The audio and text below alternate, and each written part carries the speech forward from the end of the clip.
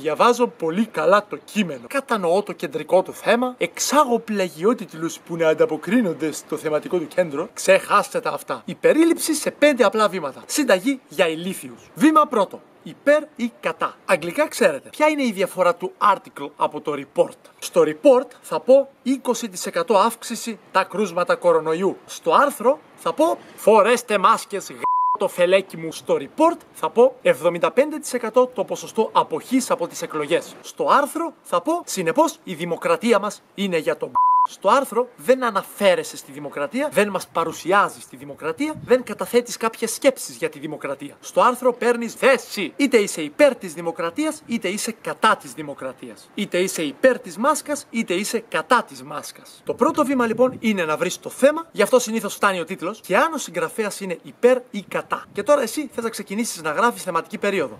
Όχι ακόμα. Βήμα δεύτερο. Βρίσκω λέξεις κλειδιά. Δεν παίζει να είναι πάνω από 3 σε κάθε παράγραφο. Αν ο συγγραφέας είναι υπέρ, τότε όλες οι λέξεις κλειδιά είναι πράσινες. Αν ο συγγραφέας είναι κατά, τότε όλες οι λέξεις κλειδιά είναι κόκκινες. Ας πάρουμε παράδειγμα ένα κείμενο για τις καταλήψεις. Ο συγγραφέας είναι εναντίον των καταλήψεων. Άρα οι λέξεις κλειδιά που ψάχνουμε είναι κόκκινες. Οι καταλήψεις είναι επαναλαμβανόμενες, παράνομες, αντιδημοκρατικές κτλ. Κάθε λέξη κλειδί πρέπει να είναι και μία μπουνιά στη μούρη των καταλήψεων. Πρέπει να είναι ένα επιχείρημα κατά των καταλήψεων. Για να είναι μία λέξη επιχείρημα, θα πρέπει εκτός από κόκκινη να είναι και αδιαμφισβήτητη. Π.χ. πάρτε αυτή την παράγραφο. Οι καταλήψεις θεωρούνται αναποτελεσματικές, αφού τόσο από την πολιτική ηγεσία όσο και από μεγάλο μέρος της κοινωνίας γίνονται αντιληπτές περισσότερο ως μια προσπάθεια αποφυγής των μαθημάτων, εκ μέρους κυρίως των αδύνατων μαθητών, αφού τείνουν να πάρουν το χαρακτήρα μαθητικής παράδοσης. Ποιες είναι οι κόκκινες λέξεις? Αποφυγή μαθημάτων, αδύνατοι μαθητές, παράδοση. Ποια είναι η λέξη κλειδί? Ποια είναι η αληθινή μπουνιά στη μούρη των καταλήψεων? Η παράδοση. Η αποφυγή μαθημάτων μπορεί να αμφισβητηθεί. Και πού ξέρεις εσύ ότι εμείς δεν πολεμάμε για έναν πιο δίκαιο κόσμο? Το ότι συμμετέχουν αδύνατοι μαθητές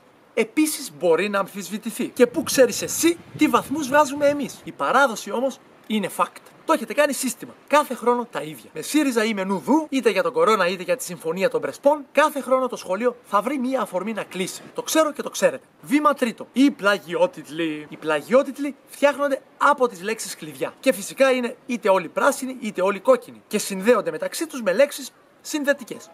Αρχικά, ο συγγραφέας υποστηρίζει ότι ο χαρακτήρας παράδοσης μειώνει την αποτελεσματικότητα των καταλήψεων. Επιπλέον, τις χαρακτηρίζει παράνομες και αντιδημοκρατικές. Επίσης, στη συνέχεια, επιπροσθέτως, however, in addition, furthermore, και αυτό είναι όλη η περίληψη. Αυτό είναι όλη η τούρτα. Και ήρθε η ώρα για το κερασάκι. Ήρθε η ώρα για τη θεματική περίοδο. Βήμα τέταρτο. Η θεματική περίοδος. Έχεις την εντύπωση ότι οι 60χρονοι βαθμολογητές των πανελλαδικών θα καθίσουν να διαβάσουν όλο το κατεβατό που θα γράψεις? Οι περισσότεροι θα έχουν καταλήξει τι βαθμό θα πάρεις ήδη από τη θεματική σου περίοδο. Η συνταγή είναι απλή. Ο συγγραφέας, αρθρογράφος, τσοντογράφος, ό,τι σκατά είναι, ένα ρήμα πράσινο ή κόκκινο, ανάλογα αν είναι υπέρ ή κατά, και το θέμα. Αν στην αρχή δεν ήσουν και πολύ σίγουρος ποιο είναι το θέμα, τώρα ξέρεις, καρατζαφέρης. Είναι το κοινό στοιχείο όλων των πλαγιότιτλων. Ας μείνουμε στο ίδιο παράδειγμα. Ο συγγραφέας επικροτεί ή ο συγγραφέας καταδικάζει το φαινόμενο των καταλήψεων.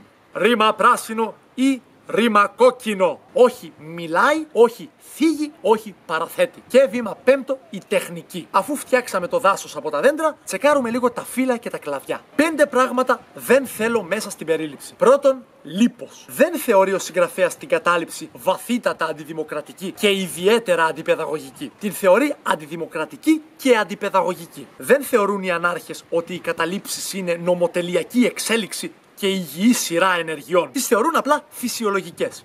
Κατερίνα, sorry, σε έχω κάνει ρόμπα, το ξέρω, αλλά είναι για καλό σκοπό. Δεύτερον, δεν θέλω να βλέπω παραδείγματα. Η περίληψη αφορά το καρπούζι, όχι τα κουκούτσια. Μη μου γράφεις, επιπλέον ο συγγραφέας τονίζει τη δολοφονία του καθηγητή Νίκου Τεμπονέρα το 1990. Είναι απλώς ένα γεγονός που αφορά τις καταλήψεις. Είναι ένα κουκούτσι. Εγώ θέλω το καρπούζι. Τόπος, χρόνος, πρόσωπα, τον πούλο από την περίληψη. Τρίτον, δεν θέλω να βλέπω πολλά ρήματα. Δεν είναι παράνομο να κλείνεις το σχολείο και να αποτρέπεις τους μαθητές. Είναι παράνομο το κλείσιμο του σχολείου και η αποτροπή των μαθητών. Τέταρτον, δεν θέλω προφορικότητες. Ξαναθυμίζω τη χλέπα που άνοιγε το βίντεο της θεωρίας έκφρασης έκθεσης. καρτέλα πάνω δεξιά. Χυδαίο, λαϊκό, επίσημο, πομπόδες, αρχαΐζω. Στη μέση είναι η κυριολεξία, στα άκρα είναι οι μεταφορές. Στη μέση ο γραπτός λόγος, στα άκρα οι προφορικότητες. Όπως λέει και το ανέκδοτο, τσακ, στη μέση. Τι δεν θέλω να γράφεις? Βάζοντας λουκέτα, οι ανάρχες κάνουν τα σχολεία μας φυλακές με το έτσι θέλω. Τι θέλω να γράφεις? Η αυθαιρεσία των καταλήψεων αντιβαίνει στο δημόσιο χαρακτήρα του σχολείου. Και πέμπτον,